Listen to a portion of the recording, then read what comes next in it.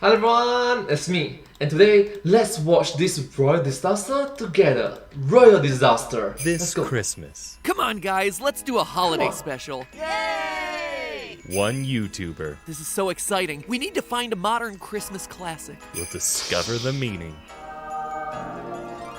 of the word cringe. Oh, God, it's so bad. And there's 3 of them? One man, Wait, wasn't she just in labor? How is she standing up talking? That is not how pregnancy works. one theory, Why is it still called a Christmas Prince? He's a king now. one really stupid movie franchise. No one is even gonna watch this episode.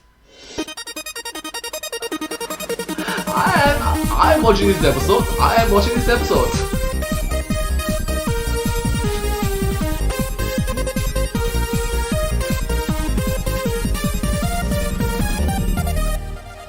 Hello, Internet. Welcome to Film Theory.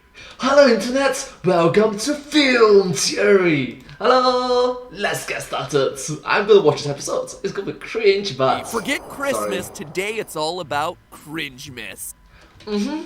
Instead of Christmas, it's gonna be cringe-mas. You know, every year I like to do a special holiday episode, something to set the mood for the end of the year. But the problem is, so many of the iconic Christmas mainstays are old. I was really looking for something released this decade. I wanted a modern holiday masterpiece. Instead, I found a Christmas Prince. On the surface, a Christmas Prince looks like your usual schmaltzy, sentimental Christmas Hallmark movie. And that's it? Were you expecting an end to that sentence? Because there isn't one. Christmas Prince sees all the romantic movie cliches and just, does that. Strong, independent American working girl visits a vaguely European kingdom and, through a contrived series of events, ends up marrying the rich, handsome prince. Pure schmaltz. It's a movie that your mom would watch. Actually, it's probably a movie that your mom already watched, considering the series has been so successful on Netflix that it's gotten itself 2 sequels. And you can bet that we're talking about the whole canon universe today. Consider it my Christmas gift to you. After all the presents are unwrapped and the holiday meal's done, your family can settle down on the couch to watch it seriously while you watch it ironically. And then after the movie's done, blow everyone's mind with today's theory. Because after watching these 3 films in heavy quotes, I am convinced that the titular Christmas Prince actually sucks. And that the movies low-key know this. In fact, they're hinting at the villain being the right choice for the kingdom the entire time. So step aside, Rise of Skywalker. There's a new must-see trilogy of movies out this holiday season. Nothing brings the family together like a bad movie. Okay, I'm gonna assume that none of you watching have seen these movies since, you're all smart people with better things to do with your time. Oh well, I'm going to.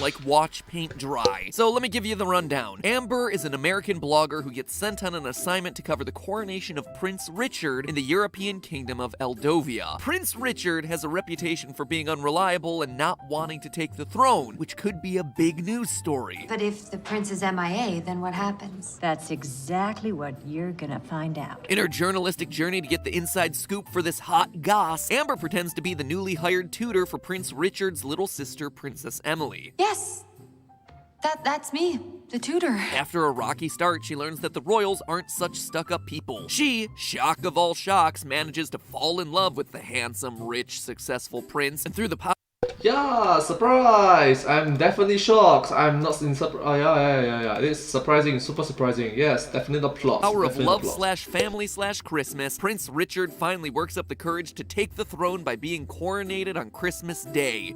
Yes, definitely not lazy writing. Definitely not lazy writing. Despite a last-minute attempt from his evil cousin Count Simon to sabotage the coronation and take the throne for himself. The movie acts like the ending of the story is good, because the handsome, charismatic Richard takes the throne while his conniving cousin Simon is thwarted. But I'm here to tell you that the opposite is true. Richard, our quote-unquote good guy, is actually a terrible ruler, and the kingdom of Eldovia would have been much better off if Simon had been king instead. One of the first hints that we get that Prince Richard might not be cut out for life as a king comes early on in the movie, when he's expected to give closing remarks at a fundraiser to an orphanage. And today, to continue this tradition, is my beloved son, Prince Richard. Prince Richard? Oh no. As we find out, Prince Richard missed giving a speech because he was too busy outside playing with the orphans.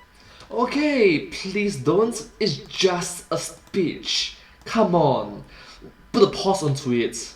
Alright, you can play, but you must be responsible. It's a moment that our main character Amber finds endearing because, oh, look, he's such a big softie. And on the surface, it seems like it should be a good thing. The prince ignoring the stuck-up rich people to hang out with the needy kids. But the thing is, the entire reason for him giving that speech in the first place was to give the donors a heartfelt message to open their checkbooks and give generously to the orphanage. In fact, getting to see the prince there at that gala is probably why most of them are there in the first place. So when he instead shirks that responsibility to go play with the orphans outside, yeah, it might seem like he's brightening those orphans' day, But it really disappoints everyone else who holds a major stake in the future.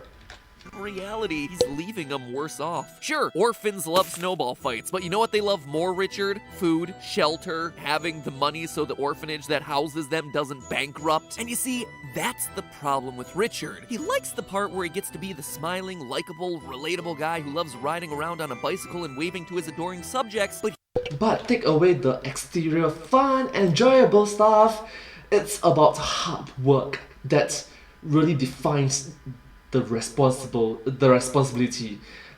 Just like what Spider-Man said, with great power comes great responsibility. If you're nothing without a suit, if you're nothing without a suit, if you're nothing without the if you're nothing without the role, the spot, the responsibility, you shouldn't have it.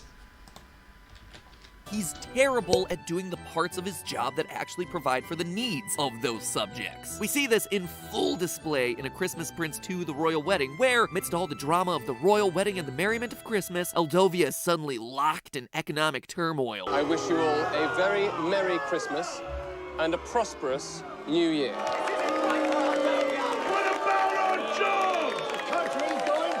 In the single year after Richard takes the throne to become the king, the country suddenly plummets into bankruptcy. Eldovian companies are shutting down and people are quickly losing their jobs. I was a foreman for Derryville Concrete for 25 years before we were shut down. I've lost my job as the company I worked for my whole life was put out of business by your new Aldovia disaster. Not only that, but government workers have been unpaid, which is causing union workers to go on strike. The unions are calling for a nationwide strike in solidarity over unpaid wages on our work programs. Aw, geez, it sure does suck when your kingdom's subjects ruin the mood of the holidays by complaining about how their livelihoods have been destroyed by your failed economic program, So if you are in charge, change the system. You are in charge of changing the system. So change the system to be better. At least you would think that. You would think that this whole nation and economic collapse situation would put a real damper on the festive holiday spirit for the royal family, but no, Richard and his bride-to-be find plenty of time for Christmas romance. Now let's go and find the most perfect Christmas tree that the palace courtyard has ever seen. You have governing roles, governing responsibility. Do them well. Only trouble in their life is that the nationwide strike means that Richard's sister, little Princess Emily, can't be in her Christmas play. Why did the lights go off? Why is everybody leaving? The theatre workers have gone on strike in solidarity. She would have been a brilliant Princess Froon, Emily. You make a brilliant ogre, Tom. Thanks. Luckily, our queen-to-be Amber has a solution to the strike. Just order the palace staff to put on the play. You moved my play to the palace. How did you do this? Wow! It's a Christmas miracle, all made possible through the magic of scab labor. Even the threat of impending war barely gets Richard to act. In the third film, A Christmas Prince: The Royal Baby, Richard's Kingdom of Eldovia must re-ratify a 600-year-old treaty in order to remain at peace with their neighboring country, Penglia. If they miss the deadline to sign the treaty, the two nations suddenly return to a state of war. If it's not renewed by midnight on Christmas Eve, Aldovia and Penglia technically return to a state of war. That one might merit a bit more than the usual Google Calendar reminder 10 minutes before the meeting. Hey guys, you ever consider coming up with a treaty that, I don't know, doesn't expire every 100 years? When it comes to preventing war, you might want to opt for the auto-renewal option. So of course, the treaty goes missing with just hours to go. You would think then that the impending war would be cause for massive concern from our Christmas King Richard and his newly coronated Queen Amber. So let's check in on them. I don't need to focus on this missing treaty. No, you absolutely don't. Apparently, the only thing that gets Amber to care about this isn't the impending war, but rather a vague curse that might be put on her unborn child should the treaty not get signed. I'm not meant to tell you this because it's probably rubbish, but a curse will befall on the king and queen responsible for breaking the treaty. Seriously? A curse? No, not at all concerned about a war, but a curse that someone tells you is rubbish does in a movie franchise where there is nothing supernatural whatsoever. Maybe Yeah, think about it. Curse, bad. War, worst. Come on. you didn't hear us the first time. The chance of this being real is infinitesimal. I don't care if it's 1 in a billion. I'm not risking it. We need to find this treaty. Oh, you did hear us. You just chose to ignore basic reason. Cool. And where's King Richard in all this?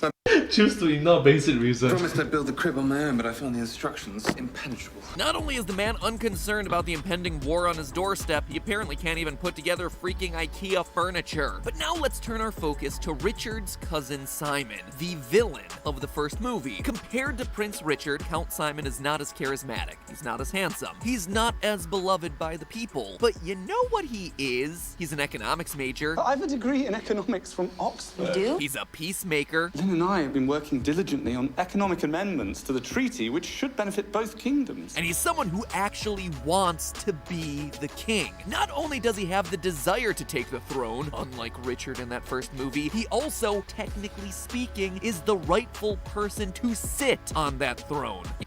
Yeah, if you think about it, he have all the means and a strong foundational bedrock of being a successful leader for the place. You see, midway through the first movie, it's revealed that Prince Richard was actually adopted. Not even the prince himself was aware that he was adopted. Amber finds the adoption paperwork hidden in a drawer. I've got his birth certificate, a fake certificate the royals created, and the freaking adoption papers. You've got a legit Aldovian birther scandal on your hands. According to Aldovian law, as an adopted child, Richard is not part of the royal bloodline, thereby making Simon next in line to take the throne. Until, of course, they find an old royal decree hidden somewhere inside a Christmas ornament by the former king saying Richard is next for the throne. I mean, that alone should tell you how stupid this country is. Secret decrees written and stored inside Christmas ornaments is no basis for a system of government. But let's look at the actions of the villainous Simon, shall we? In the third movie, with war on the horizon and Richard struggling to assemble his Sniglar, you know who did make caring about the whole peace treaty a priority? Simon, who is working with the Penglian royal family's attaché to make improvements to the treaty. Lynn and I have been working diligently on economic amendments to the treaty, which should benefit both kingdoms. And we've found a very promising solution. Improvements that, you know, end up getting overlooked and ignored by Richard at the end of the movie. How about in that second movie with the country on the verge of complete bankruptcy? I may have a solution to Aldovia's financial crisis by investing just a fraction of what you've sunk into I this. should have known this was about getting your hands on the kingdom's money. Richard, cousin, no. Well, wouldn't you know it, Simon is there again, ready to help. It's just as I say, I want to help. Listen, Richard, maybe you don't want to put him in charge, but all I'm asking you is that you hear him out. Maybe he has a sound plan. All I'm asking is that you hear me out. I have a sound plan. Give me a chance to redeem myself. Yes. Basic reasoning. Nope. Instead, Richard ignores Simon, instead taking the advice of Lord Leopold, a friend of the royal family. Ignore my cousin, Lord Leopold. A guy who, at the end of the movie, is revealed to be the one in charge of a massive shell corporation scheme. In short, this guy is revealed to be the mastermind causing the economic disaster in Eldovia. Whoopsie! Turns out Richard isn't just a bad ruler, he's also a bad judge of character. Which leads us all the way back around to the first movie. The one that labels Simon as the villain, and the one that establishes our heroine Amber as our eventual queen-to-be. But again, let's look beyond what the movie tells us to think and instead objectively look at what these characters do. So one of the first quote-unquote villainous things that Simon does is search the room of Amber, where he uncovers the hidden adoption papers proving that Richard should not be the king. Yes, it's sneaky, yes, it's backhanded, and yes, it's an invasion of privacy. But then again, Amber did all the exact same things as Simon, if not worse. She can't really claim to be the wronged party here because remember, this whole story begins because she committed fraud. She lied and became the princess's tutor with the sole intent of infiltrating the palace and getting a juicy story to report on. It's just really lucky for these guys that she turned out to be a gossip blogger and not like an assassin or international spy. Probably should consider beefing up security around here, guys. I've been saying that we should update the security protocols ever since, well, You infiltrated the palace. Because of these lies, she spends days getting close to the royal family, getting intimate with the king-to-be, all under false pretenses. Oh, and what about Simon finding those papers in her room? What a meanie, am I right? Wrong! Amber got those papers while snooping around the king's personal possessions, where she then finds the birth certificate and adoption papers, which she then proceeds to hide inside her own belongings. So, remind me again whose privacy is really being invaded here? Like, when Amber steals the adoption papers from the king's study, we're supposed to be okay with it because she's the main character. But when Simon suddenly takes back the documents that she stole so he can give them back to the royal family, somehow he's suddenly our villain? He's in the wrong? Double standards, my friends. And what does Simon choose to do with this new information? Well, he brings it before Eldovia's parliament to expose the truth. He doesn't try to extort anyone or make any sort of backhanded deals, unlike the queen and the late king who tried to cover up Richard's true origins in order to prevent a scandal in the country. Simon takes legitimate legal documents and presents them to a legitimate legal entity, the government, because he thinks that the public deserves to know, unlike Amber, apparently. And you can't mention it either. What are you gonna do? I don't know yet. This is somebody's life we're talking about. I'm sorry, Amber. Aren't you the one aspiring to be a professional journalist? How else am I supposed to become a real journalist? Not like this, Amber. Not by breaking and entering to find legal documents calling the legitimacy of the head of state into question, and then helping to cover it all up just because you have a crush on him. Luckily, Simon is there to do Amber's job for her.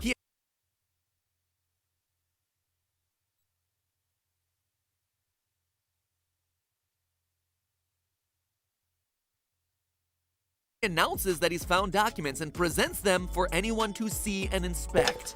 I'm sorry, I mean plot armor. I'm sorry, I got cut away. But yeah, that's not right. That's just not right. Plot armor. This documentation states that Prince Richard is in fact adopted. So across these three movies, not only did Simon try to fix an outdated war treaty, try to fix his country's economy, and also manage to uncover a plot by an American journalist to infiltrate the royal palace, but he also uncovered a conspiracy by the late king dating back decades. Sure, it's rather convenient for Simon that unearthing this sort of information will result in him being king, but remember, Richard didn't even want the job in the first movie. Simon was practically doing him a favor, handing Richard an Uno skip card. Skip Richard as king and go to someone who actually wants the job. And let's face it, the truth is that Simon is just more qualified here. Unlike Richard, who after ascending to the throne puts the country into economic crisis and almost pushes it to the brink of war. Whereas the other individual have better qualifications to lead the entire place, everyone, to a better future. And what does Simon get for his troubles? Well, he's now branded as the bad guy. He's embarrassed in the face of the country, his wife leaves him, and he's destitute. I lost almost everything I had to Sophia in the divorce. What happened to the Lamborghini? Ferrari, don't ask. So the handsome, dumb one wins the girl and the throne and the adoration of the people, while the smart, ambitious one gets ostracized, bankrupted, and pushed aside for repeatedly trying to help the citizens of his country. Merry Christmas to all, and to all a good night. But hey, that's just a theory. A film theory. And cut.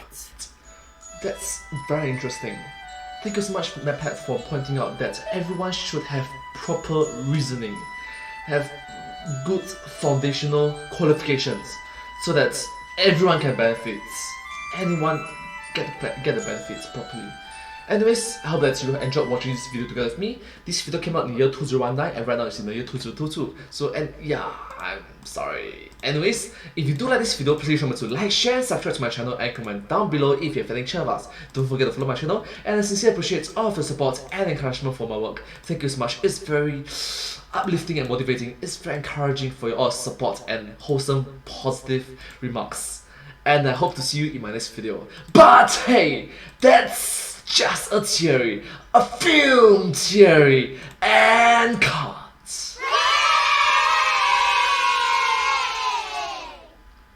And I hope to see you all in my next video. Bye bye, subscribe. Thank you.